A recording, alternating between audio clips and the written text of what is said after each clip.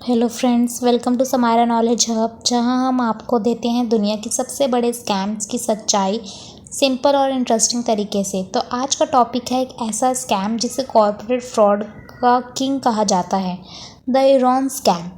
ये कहानी है अमेरिका की एक टॉप कंपनी की जो एक दिन वर्ल्ड मोस्ट इनोवेटिव फर्म थी और अगले ही साल बैंकरप्सी हो गई।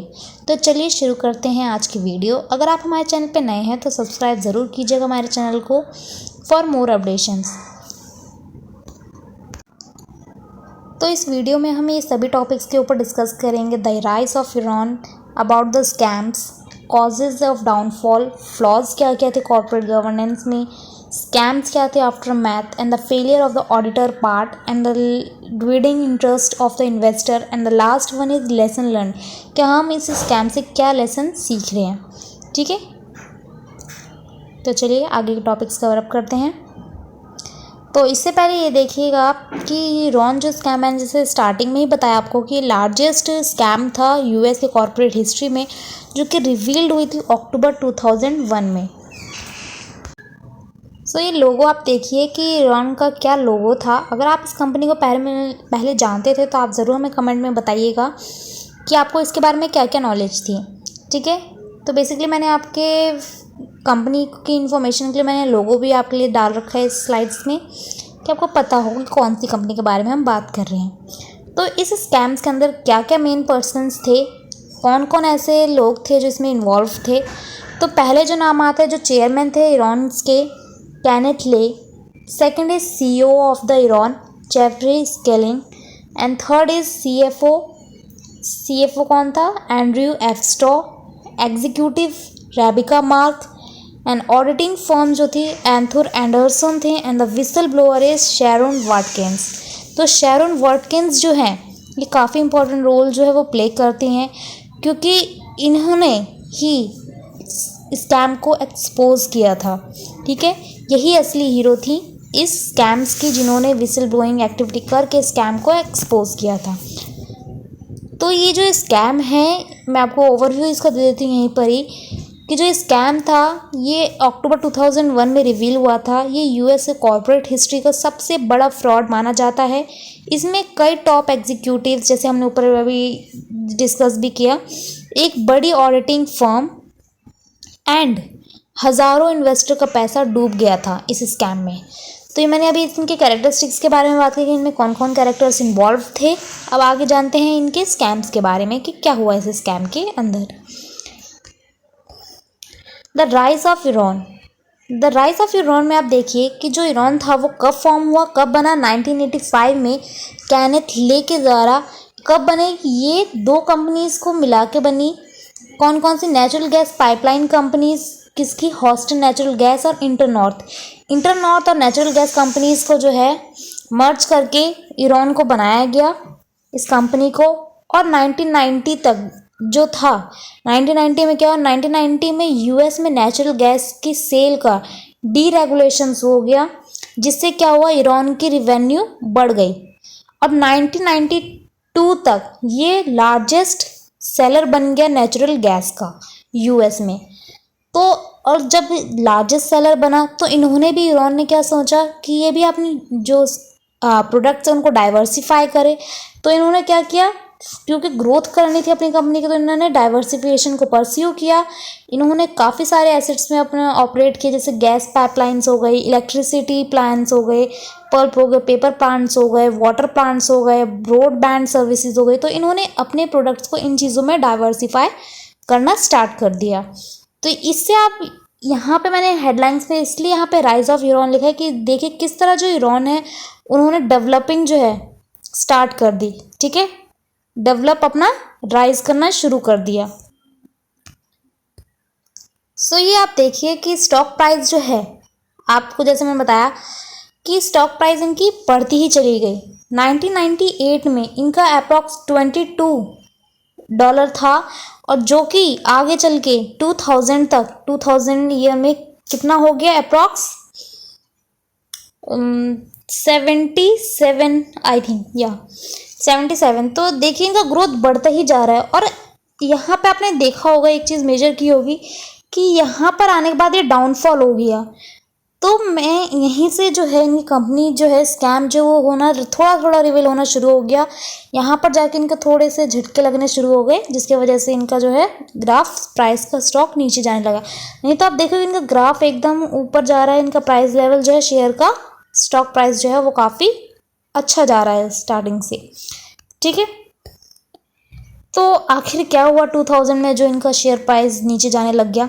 तो 2000 की एंड में, बाय द एंड जैसे यहाँ पे मेंशन है डेट, December 31, 2000 में क्या हुआ कि ईरान का शेयर प्राइस $83.13 से मार्केट कैप 60 बिलियन, जो अर्निंग का 70 टाइम्स है। आप समझ रहे हो अर्निंग का कितना टाइम, 70 टाइम्स है अर्निंग्स का, 70 टाइम्स है अर्निंग्स का, और बुक वैल्यू का 6 टाइम्स। फॉर्च्यून मैगजीन ने इसे मोस्ट इनोवेटिव लार्ज कंपनी का अवार्ड दिया।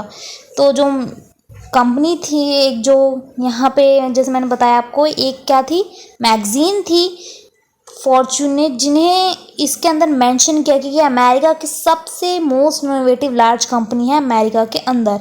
तो उन्होंने रेटेड किया ईरान्स को। ठीक है, अच्छी बात है। तो ये मैंने वहाँ पे मैगजीन के लिए फ़ोटो भी आपके लिए मेंशन कर दी कि कौन सी मैगजीन के अंदर जो है ईरान को मेंशन किया गया कि वो इनोवेटिव लार्जेस्ट कंपनी है। तो जहाँ पे बुक का नाम ही देखिए आप, क्या है, the 100 best companies to work for.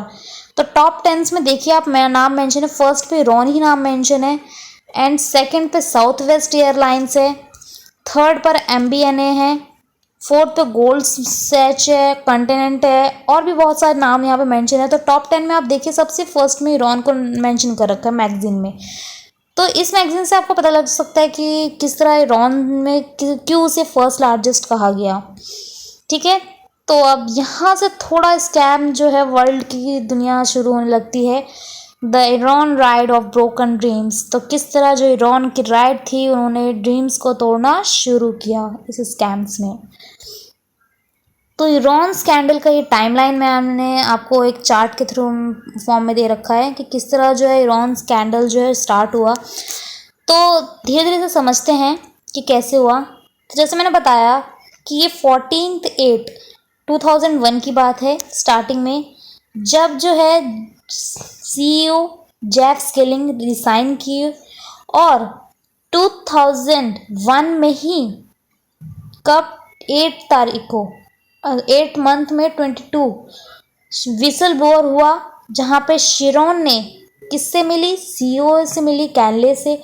और वहाँ पर उन्होंने अपनी विसल ब्लोइंग की एक्टिविटीज़ को स्टार्ट किया कि उन्होंने इन्फॉर्म किया किसको, पहले CEO को। उन्होंने इनसाइडर ही पहले अपने जो CEO थे उनसे बात की, उन्हें इन स्कैम्स के बारे में बताया। बट इन 2001 में ही उसी के अंदर ईयर में 9, यहाँ पे देखिए मंथ्स में चेंजेस हो रहे हैं, ईयर सेम है, ईयर 1 ईयर का ये चार्ट है आपका, और मंथ्स में आपको डिफरेंस मिलेगा क्योंकि पहले 8 मंथ्स में, फिर 9 मंथ्स में क्या हुआ, 9 मंथ्स में क्या हुआ, जो CEO थे केनले, उन्होंने इनकरेज किया कि अपने एम्प्लॉयज़ को कि वो स्टॉक्स को जो है, उनकी कंपनी के स्टॉक को जो है वो बाय करें।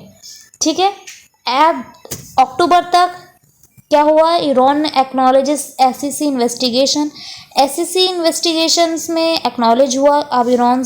ठीक है, नाउ 8 मंथ्स में ही क्या हुआ, 11 ईरान ने से क्या कहा, ओवर स्टेटेड अर्निंग कितने की, 600 मिलियंस की, 1997 से लेके अब तक की जो उनके ओवर स्टेटेड अर्निंग थी कितनी ज़्यादा थी, 600 मिलियंस थी। और फिर दिसंबर में जाके last of month of the year Iran का फाइल्स जो है वो चैप्टर बैंक्रप्सी प्रोटेक्शंस में आ गया, और चैप्टर 11 स्टार्ट हो गए यहाँ से इनका, ईरान के फाइल्स का। और आखिरी में जाते जाते यानी कि 31 दिसंबर में, यहाँ पे 12 दिसंबर 2001 में कॉन्ग्रेशनल हियरिंग्स स्टार्ट हो गई, और लार्जेस्ट बैंक्रप्सी जो हिस्ट्री थी वो यहाँ से सुनना शुरू हो गया। तो 2001 से ही जो है ये शुरू हो गया दिसंबर के, कि जो कंपनी है ईरान वो स्कैम्स में आ गई है। ठीक है, तो क्या क्या कॉजेस थे, डाउनफॉल थे ईरान को, कि क्यों उसे क्या क्या उसके अंदर ऐसी चीज़ें हुई जो उसे डाउनफॉल की कैटेगरी में लेके आ रही है। ठीक है, तो ये डाउनफॉल कैसे हुआ, कुछ क्या इसके की रीज़न थे, आइए जानते हैं। तो पहला जो इसमें की रीज़न है वो है फॉल्टी रिवेन्यू, यानी कि मर्चेंट मॉडल। उन्होंने कौन सा मॉडल अडेप्ट किया था? मर्चेंट मॉडल अडेप्ट किया था, यूज़ किया, जिसमें वो फ्यूचर में होने वाले डील्स को एक्सपेक्टेड प्रॉफिट आज ही अपने अकाउंट्स में दिखा देते थे। मतलब अगर एक प्रोजेक्ट 10 साल चलना था तो वो उसका 10 साल का एस्टिमेटेड प्रॉफिट पहले ही अर्निंग्स में ऐड कर लेते थे। पेपर पर प्रॉफिट ह्यूज लगता था, लेकिन रियलिटी में कैश ज़ीरो होता था। आपके फॉर एग्जांपल, आपको नॉर्मल वर्ड्स में समझने के लिए, जैसे आपको फ्यूचर में मिलने वाला पॉकेट मनी को आज आपने बैंक अकाउंट में दिखाया, रियलिटी में आपके पास पैसा भी नहीं है, बट लेकिन आपने दिखा दिया कि मुझे वो पैसा मिल गया है, तो आपके अकाउंट्स जो है वो ज़्यादा दिखने लगेंगे कि आपको भाई ज़्यादा अमाउंट्स में पैसे मिले हैं। ठीक है, तो सेम चीज़ है वहाँ पे ईरान ने की कि उन्होंने क्या क्या जो फ्यूचर में मिलने वाले पैसे थे उसको आज ही उन्होंने अपने बुक्स में दिखा दिया। Second thing is mark to market accounting, blockbuster video थी। ठीक है, तो ये accounting method normally trading businesses use करते हैं, लेकिन ईरान ने इसे लॉन्ग टर्म कॉन्ट्रैक्ट में लगाया। इसमें एसेट या डील की करंट मार्केट वैल्यू को तुरंत रिवेन्यू में लिया जाता है, चाहे एक्चुअल पैसा आने में साल लग जाए। प्रॉब्लम ये थी कि मार्केट वैल्यू गैस के बेस पे थी, उन्होंने खुद गैस किया था उस वैल्यू को। यूरोन अपने हिसाब से इन्फ्लेटेड वैल्यू लिख देता था। इन्फ्लेटेड वैल्यू आप समझ रहे हैं, यानी ज़्यादा वैल्यू करके वो लिख देता था अपने बुक्स ऑफ अकाउंटिंग में, मार्क टू मार्केट अकाउंटिंग्स में। तो ये थी सेकंड कॉजेज। थर्ड है स्पेशल पर्पस एंटिटीज, जैसे उन्होंने बताए थे एलजेएम और जेईडीआई, उन्होंने बनाई थी एक एंटिटी, 2 कंपनीज बनाई उन्होंने स्पेशल पर्पस के लिए, एलजीएम और जेईडी को। तो यूरोन ने अपने लॉसेस को छुपाने के लिए एक अलग कंपनीज बनाई, जिसे एलजेएम और जेईडी कहा गया। ठीक है, इन कंपनीज में लॉसेस ट्रांसफ़र करके अपने में फाइनेंशियल स्टेटमेंट को क्लीन दिखाते थे। मतलब कि ये क्या करते थे कि जो इन कंपनीज में लॉसेस होता था, यानी जो इनकी मेन कंपनीज थी ईरान में, जो अगर लॉसेस होता था तो वो किसके अकाउंट्स में दिखाते थे, तो वो एलजेएम और जेईडी वाली जो कंपनीज बनाई उसके अंदर मेंशन करते थे। यानी अपनी वो मेन अकाउंट्स के अंदर नहीं शो करते थे, वो इन अकाउंट्स के अंदर शो करते थे, इन कंपनीज के अकाउंट्स में शो करते थे। जबकि ये क्या शो हुआ, जबकि असली में मेन बिजनेस में लॉस होता था तो इसमें शो कर रहे थे। तो जैसे फॉर एग्जांपल, जैसे आप अपने बैड मार्क्स को छुपाने के लिए अलग नोटबुक बना लो और पेरेंट्स को सिर्फ एक अच्छी नोटबुक दिखाओ कि भाई मेरे इसमें, तो पेरेंट्स क्या रिलाई करेंगे कि आपने जो नोटबुक उनके सामने प्रेजेंट की है तो वो उसके ऊपर रिलाई करेंगे भाई मेरे बच्चे के तो अच्छे अच्छे नंबर आ रहे हैं। ठीक है, और वो अलग नोटबुक में नहीं देखेंगे जो आपने उनसे छुपा के रखी है, जिसके आपके उसके अंदर बैड मार्क्स आए हैं। ठीक है, नाउ थर्ड प्रॉब्लम्स क्या थी, एक्सेसिव एग्जीक्यूटिव कंपनसेशंस, यानी कि क्या कंपनसेशन थी इसके अंदर, ईरान के टॉप एग्जीक्यूटिव की सैलरी और बोनस सिस्टम स्टॉक प्राइस का शॉर्ट टर्म ग्रोथ से लिंक्ड था। इसका मतलब था कि उनका फोकस सिर्फ शेयर प्राइस आर्टिफिशियली बढ़ाने पर था, ना कि कंपनी के लॉन्ग टर्म हेल्थ पर। आप समझ रहे हो कि उनका जो मोटिव था कि उनकी कंपनी का जो शेयर प्राइस है वो इंक्रीज़ हो, ना कि उनका कंपनी का ग्रोथ हो। वो ये चाहते थे उनका शेयर प्राइस की वैल्यू बढ़ती जाए और कंपनी का कोई लॉन्ग टर्म ग्रोथ हेल्थ ना हो। तो इसका रिजल्ट क्या हुआ, रिस्की डील्स उन्होंने की, मैनिपुलेटेड अकाउंट्स किए और फेक प्रॉफिट किया ताकि बोनस मिल सके उन्हें।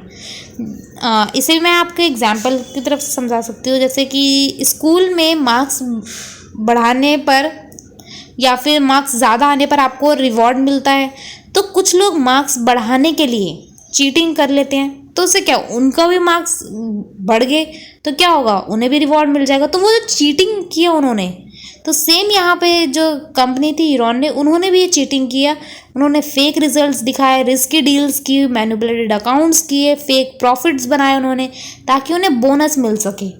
ठीक है, एंड लास्ट जो इनका कॉजेस था वो था हमारा रिस्क मिसमैनेजमेंट का। यानी कि कंपनी की high risk energy trading, broadband venture और अदर स्पेकुलेटिव डील्स किए बिना प्रॉपर सेफ्टी नेट के रिस्क को मेजर करने के लिए जो सिस्टम होने चाहिए थे वो या तो वीक थे या इग्नोर किए गए। इस वजह से जब मार्केट कंडीशन थोड़ी ख़राब होती तो इनके ऊपर पूरा एम्पायर बिगड़ जाता, यानी इनका, ठीक है, इनका पूरा सिस्टम पे इफेक्ट पड़ जाता। तो ये सभी जो डाउनफॉल्स थे वो ईरॉन कंपनी में हुए, ठीक है। आगे हम इसके बारे में जानते हैं, जैसे कि ईरॉन की रिवेन्यू आप देखिए कि 2000 तक इनकी रिवेन्यू कितनी अच्छी ग्रोथ पर थी, ठीक है। इनकी जो रिवेन्यू थी 1996 में अप्रॉक्स $13,289 था, आप देख रहे हैं, और 1997 में ये कितने पे पहुंच गया, 20,000 पे, एंड 1998 में ये 31,000 पे। आप देख रहे हो किस तरह इंक्रीज होता जा रहा है, पहले 13 से 20, फिर 20 से 31,000, एंड 1999 में $40,112 हो गया इनका रिवेन्यू, एंड लास्ट 2000 तक इनका $100 $789, आप समझो कितना ज़्यादा ह्यूज अमाउंट में इनका डॉलर, और 2001 में तो एक्सपोज हो गए। तो आप देखिए इनका रिवेन्यू रेट सीधा इंक्रीज होता जा रहा है, ठीक है। तो मैंने जो ये चार्ट टेबल आपके लिए इसलिए मैंने यहाँ पे मेंशन किया कि आप समझ सको कि पूरा ओवरव्यू इनका क्या था, रिवेन्यू ग्रोथ भी किस तरह इनकी बढ़ती जा रही थी। तो ये ब्लॉकबस्टर इनका वीडियो कि भाई किस तरह इन्होंने अच्छे से अपने ईरॉन को बना के रखा। Now flaws in corporate governance, कि अब क्या फ्लॉज थे कॉर्पोरेट गवर्नेंस में। तो पहली चीज़, failure of the board of director, board of director काम सही तरीके से नहीं कर पाए। सेकंड, ऑडिट कमेटी वीक थी। And third is low ethical standards थी कि भाई कोई स्टैंडर्ड ही कोई फॉलो नहीं करे, तो कोई एथिकल स्टैंडर्ड ही नहीं थी। And fourth one is stakeholder को प्रॉपर इन्फॉर्मेशन नहीं मिलती थी। And last, whistleblower policy, कि इनके पास विसल ब्लोअर पॉलिसी थी लेकिन प्रैक्टिकली यूज़ इग्नोर किया गया, ठीक है। तो ये कुछ फ्लॉज थे कॉर्पोरेट गवर्नेंस के अंदर आए कि ये चीज़ें फेलियर हो गई। Now next point is failure of the financial audit, कि आखिर फाइनेंशियल ऑडिट में, क्योंकि ऑडिट होना एक कंपनीज के अंदर बहुत इंपॉर्टेंट पार्ट है, उसमें क्या फेलिंग पॉइंट्स हुआ है ये जानते हैं। तो जो ऑडिटर थे वो थे आर्थर एंडरसन, ठीक है। तो इन्होंने रिकलेस स्टैंडर्ड यूज़ किया, इन्होंने काफ़ी बेकार स्टैंडर्ड यूज़ किए फॉर ऑडिटिंग। ईरॉन के कॉम्प्लेक्स ऑडिटिंग जैसे रिवेन्यू रिकॉग्निशन और स्पेशल एंटिटीज़ जैसे मैंने आपको पहले बताया कि इन्होंने 2 कंपनीज़ को बनाई थी, उनकी स्पेशल जो एंटिटीज़ जो इन्होंने बनाए उसको रिव्यू करने का एक्सपर्टाइज नहीं था इनके पास, ठीक है। तो लैक ऑफ एक्सपर्टाइज मैं यहाँ मेंशन एक बार टिक मार देती हूँ, कौन से पॉइंट्स मैंने कवर किए। ऑडिटर्स ने मैंने बताया अप्लाइड, इन्होंने काफ़ी रेकलेस स्टैंडर्ड्स यूज़ किए। थर्ड, इनके पास एक्सपर्टाइज नहीं थी कि वो किस तरह रिव्यू कर सके जो उनकी स्पेशल एंटिटीज़ थी, उनके डेरिवेटिव्स थे, उनके अकाउंटिंग प्रैक्टिसेस जो थी, उन तरह के जो ऑडिटर्स थे उनके पास एक्सपर्टाइज नहीं थी इस तरह की कि वो इन चीज़ों को समझ सके, अंडरस्टैंड कर सके। लास्ट जो ऑडिटर जो थे यानी आर्थर एंडरसन पर एक प्रेशर था रूल्स को तोड़ मरोड़ के रिपोर्ट बनाई जाए, क्योंकि उनके ऊपर एक प्रेशर डाला गया ईरॉन की तरफ से कि आपको ये चीज़ें को अच्छे से मेरे अकॉर्डिंग, यानी कि जो सीईओ बोल रहा है उसके अकॉर्डिंग उनका रिपोर्ट बनना चाहिए। तो शीरॉन वॉटकिंस, एक जैसे मैंने बताया यहीं से जो है एक चीज़ें शुरू हो गई। मैंने जैसे आपको विसल ब्लोअर का नाम स्टार्टिंग में बताया था शीरॉन वॉटकिंस, तो मैं यहाँ पे उनके बारे में बताती हूँ कि वो शीरॉन वॉटकिंस ने क्या किया, किस तरह किया, ठीक है। क्योंकि यहीं से उनका जो पार्ट है वो स्टार्ट होता है कि जो शीरॉन वॉटकिंस थे एक वाइस प्रेसिडेंट थे किसके, अकाउंटिंग बैकग्राउंड के। तो वो आई थी ईरॉन के इंटरनल अकाउंट्स को अच्छी तरह समझ रही थी वो कि वो अकाउंट्स में क्या क्या चल रहा है उनके जो ईरॉन्स थे। तो मिड 2001 में उन्होंने फाइनेंशियल रिकॉर्ड क्लोजली चेक किया और देखा कि कंपनी की प्रॉफिट काफ़ी इन्फ्लेटेड है और एसपीई जैसे एलजीएम एंड जेईडी जो कंपनीज मैंने बताई उसमें ह्यूज लॉसेस हाइड किए जा रहे हैं। तब उन्हें एक कॉन्फिडेंशियल मेमो लिखा डायरेक्टली चेयरमैन केनेथ ली को, ठीक है। तो उन्होंने सिंपल एंड इम्पैक्टफुल उन्होंने वार्निंग दी सीईओ को, ईरान के अकाउंटिंग्स को, कि जो स्कैंडल की टॉप लिस्ट में आ सकता है। उन्होंने साफ ये वर्ड बोला कि वो जो ईरान है वो टॉप लिस्ट में आ सकता है स्कैंडल्स के, अगर जल्दी कोई करेक्टिव एक्टिव नहीं लिया गया, करेक्शन एक्शन जो है नहीं लिया गया तो। लेकिन इसे इग्नोर किया गया। किसने इग्नोर किया? सीईओ ने।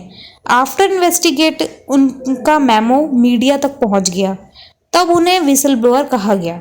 तो यहाँ उन्हें विसल ब्लोअर कब कहा गया? जब वो जो उनका मेमो था जो उन्होंने सीईओ को भेजा था, तब जब वो मीडिया के सामने आया, सोशल मीडिया पर ये चीज़ें दिखाई गई कि उन्होंने एक मेमो भेजा था, तब उन्हें विसल ब्लोअर कहा गया। ठीक है, तो ये जो कॉन्सेप्ट है मैंने इस स्लाइड्स में नहीं मेंशन किया है, तो मैंने आपको ओवरव्यू बताया इसका। पूरी स्टोरी यही थी इनकी विसल ब्लोअर की। तो अब क्या थी ड्विंडलिंग इन्वेस्टर कॉन्फिडेंस, अब इसके बारे में जानते हैं। ठीक है, तो अक्टूबर 2001 में मार्केट को शक हुआ कि ईरान अकाउंटिंग मैनिपुलेट कर रही है। ठीक है, तो नवंबर तक बैंक ने क्या किया? क्रेडिट फैसिलिटीज़ कैंसिल कर दी, क्रेडिट रेटिंग जो थी वो डाउनग्रेड हो गई, और डिनर्जी का एक्विजिशन डील फेल हो गया। तो जो कंपनी ने एक डील की थी कि वो एक्विजिशन करेगी डिनर्जी कंपनी के साथ, तो वो फेल हो गया। और दिसंबर 2001 में ईरान ने बैंक्रप्सी फाइल की। तो यहीं से जो चीज़ें जो थी वो रिवील हुई, और दिसंबर, जैसे मैंने आपको बताया भी कि दिसंबर 2001 में ये चीज़ें बैंक्रप्सी के अंदर आ गई। जो उन्हें रिवॉल्व फर्म थी डिनर्जी फेल्ड हो गई। डील जो मैंने बताया आपको कि वो ईरान के साथ एक्विजिशन करने चाहते थे डिनर्जी, वो चीज़ें फेल हो गई, और दिसंबर 2001 में फाइल रिवील हो गई कि जो ईरान था वो बैंक्रप्सी हो चुका है। After math of the scam, तो ईरान का $63.4 बिलियन का एसेट कोलैप्स हुआ। उस टाइम का यूएस का सबसे बड़ा कॉरपोरेट बैंक्रप्सी, शेयर प्राइस $90 से गिर के सिर्फ $1 पर आ गया। ठीक है, इन्वेस्टर ने $11 बिलियन डूब गए। Kenneth Lay, Jeff SECI and Andrew, ये जो नाम मैंने बताया आपको, और फेस्टो को जेल हुई। एंड्रयू एंडरसन जो ऑडिटिंग फर्म थी वो बंद हो गई, और यूएस ने नए लॉज बनाए जिसमें फाइनेंशियल ट्रांसपेरेंसी एंड अकाउंटेबिलिटी बढ़ सके। ठीक है, तो ये चीज़ें जो थी वो स्कैम्स के बाद हुई कि किस तरह, मैं आपको दोबारा एक बार बता देती हूँ कि किस तरह जो है उनके शेयर प्राइस डाउन चले गए, $90 से सीधा $1 पर चला गया। और जो मेंबर्स थे जो इन्वॉल्व थे इस बैंक्रप्सी में, उन सभी को, जो सीईओ थे, इन सभी को जेल हुई, और जो ऑडिटिंग फर्म थी उन्हें बंद कर दिया गया। और साथ में एक नए लॉज जो है यूएस कंपनी ने लाना स्टार्ट किया कि किस तरह वो अपनी जो ट्रांसपेरेंसी और अकाउंटेबिलिटी एक फर्म के अंदर हो वो बनी रहे। ठीक है, तो ये देखिए मैंने आपके लिए ग्राफ भी मेंशन कर दिया कि किस तरह जो उनका शेयर प्राइस, देखिए स्टार्टिंग में मैंने एक मैप स्ट्रक्चर वो दिखाया था आपको ग्राफ, और इस टाइम पे देख लाइन ग्राफ कि किस तरह स्टार्टिंग में कैसे हाई पीक पर था, और जैसे ही 2001 में ये चीज़ें रिवील हुई कि फ्रॉडलेंट एक्टिविटीज़ हो रही है, उनका शेयर प्राइस डाउन होकर सीधा $1 पर आ गया। ठीक है, तो आप देखिए 0.15 यहाँ तक उनका ग्राफ पहुँच गया, यानी कि उनका जो शेयर प्राइस था एकदम घटता चला गया। तो यही चीज़ें मैंने आपको अभी बताई कि उन लोगों के साथ अब क्या हुआ जो इस फ्रॉडलेंट एक्टिविटीज़ में थे, कि जो चेयरमैन थे Kenneth Lay, president mister Jeffrey skilling, और जो चीफ फाइनेंशियल ऑफिसर थे एंड्रयू फेस्टो, इन सबको जेल हो गई। और जो ऑडिटर ऑर्थन एंडरसन थे उन्हें दोषी पाया गया, और जो उनकी फर्म थी उसे बंद कर दिया गया। और जो लिमिटेड रिटर्न्स थे वो एम्प्लॉयज़ और शेयर होल्डर्स को दिए गए, और न्यू रेगुलेशंस को जो है बनाया गया ताकि जो यूएस में की फाइनेंशियल रिपोर्टिंग को और अकाउंटेबिलिटी और ऑडिटिंग फर्म्स को ट्रांसपेरेंसी एक्यूरेसी इंक्रीज़ की जाए। इसके लिए उन्होंने न्यू रूल्स एंड रेगुलेशंस बनाए। तो वेयर आर दे नाउ, अब ये सब कहाँ है? तो जैसे मैंने बताया, जेफ स्किलिंग जो सीईओ थे, इन्हें 24 serving a 24-year sentence after being found guilty और 19 of 28 charges for fraud and insider trading उसके ऊपर लगाए गए, जो सीईओ थे उनके ऊपर। और किनले जो सीईओ थे और चेयरमैन थे ईरान कंपनीज के, उन्होंने 10 convicted on 10 counts of fraud and conspiracy of faced up to 165 year in prison. तो आप समझ रहे हैं कि कितना उन्हें साल तक की जेल मिली, but died of the heart attack before sentencing. और इस जेल में जाने से पहले उनको हार्ट अटैक आया, जिससे उनकी डेथ हो गई। जे क्लैसीफोर्ड बैक्स्टर, चीफ स्ट्रेटजी ऑफिसर, उन्होंने सुसाइड कर लिया जनवरी 2002 में उन्होंने, ठीक है, कमिटेड। और एंड्रू फॉस्टर जो सीईओ थे, उन्होंने 6 साल की सज़ा सुनाई because he had cooperated with federal prosecutors, ठीक है, due to be released on December. तो उन्हें रिलीज़ कर दिया गया दिसंबर 17 में, ठीक है। Next is Rick Causey, chief accounting officer, जो कि गिल्टी पाए गए fraud and conspiracy and agreed to testify against Lay and Skilling. He was release in October, उन्हें भी रिलीज़ कर दिया गया अक्टूबर में। एंड जो यहाँ पे लास्ट में आती हैं शिरोन वॉटकिंस, जिन्होंने यहाँ पे क्या विसल ब्लोअर का काम किया था। The whistleblower who warned Lay and the company would import a wave of accounting scandal, now a speaker on ethics, ठीक है। तो ये चीज़ें हैं जो अब ये लोग हैं। तो देखिए किस तरह इनके न्यूज़पेपर्स में भी इनकी फ़ोटोज़ शो करके गिल्टी गिल्टी करके केनले कन्विक्टेड 10 कोड्स न्यूज़पेपर्स में आए ये लोग, ठीक है। तो अब हमने इस चीज़ से क्या लेसन सीखा मेन, तो बेसिकली इसके अंदर हमने यही देखा कि कॉर्पोरेट एथिक्स के बिना प्रॉफिट का लॉन्ग टर्म सक्सेस नहीं होता, पॉसिबल ही नहीं है। और उससे पहले जैसे मैंने यहाँ पे सर्बेंस ऑक्सले एक्ट का एक फ़ोटो लगाई है, ठीक है, लोगो लगा यहाँ पे सर्बेंस का। तो इस एक्ट में, ये जो एक्ट था वो 2002 में यूएस कांग्रेस ने सर्बेंस ऑक्सले एक्ट पास किया, जो इन्वेस्टर को फ्रॉडलेंट अकाउंटिंग से प्रोटेक्ट करता है और कंपनीज को अपनी फाइनेंशियल रिपोर्ट ट्रांसपेरेंट रखने के लिए फोर्स करता है, ठीक है। तो इससे हमें ये पता चल रहा है कि यूएस गवर्नमेंट ने किस तरह जो है इस स्कैम के होने के बाद अपने कुछ एक्ट को चेंजेस किए। तो इससे हमें यही पता चलता है कि कॉर्पोरेट एथिक्स के बिना प्रॉफिट का लॉन्ग टर्म सक्सेस पॉसिबल ही नहीं है, ठीक है। चाहे आप कितना भी लॉन्ग टर्म सक्सेस कर लो, अगर आपके कॉर्पोरेट के अंदर एथिक्स नहीं है तो उससे आपको सक्सेस नहीं मिल सकती लॉन्ग टर्म में। And now second thing is transparency और अकाउंटेबिलिटी हमेशा प्रायोरिटी होनी चाहिए। एंड थर्ड वन इज़ कि बोर्ड, ऑडिटर और स्टेक होल्डर का रोल सिर्फ नाम का नहीं, रियल एक्शन का होना चाहिए, ठीक है। तो ये सभी चीज़ें जो हैं, स्ट्रिक्ट रिफॉर्म्स को इम्प्रूव करना चाहिए, फाइनेंशियल डिस्क्लोजर्स को, जो मैंने आपको अच्छे से बताया। तो ये सभी चीज़ें हमने इस स्कैम्स के अंदर जाना कि क्या क्या चीज़ें हुई इस स्कैम के अंदर, ठीक है। तो thank you for the watching the video. तो फ्रेंड्स, ये ईरान स्कैम की पूरी कहानी स्टोरी थी, मैंने आपको बताई। आई होप आपको पसंद आई होगी। तो अगर आपको ये वीडियो पसंद आई तो लाइक, कमेंट, शेयर ज़रूर कीजिएगा। आपकी कोई भी क्वेरी है तो आप हमसे पूछ सकते हैं कमेंट बॉक्स में। तो मिलते हैं नेक्स्ट वीडियो में, तब तक के लिए thanks again for watching the video.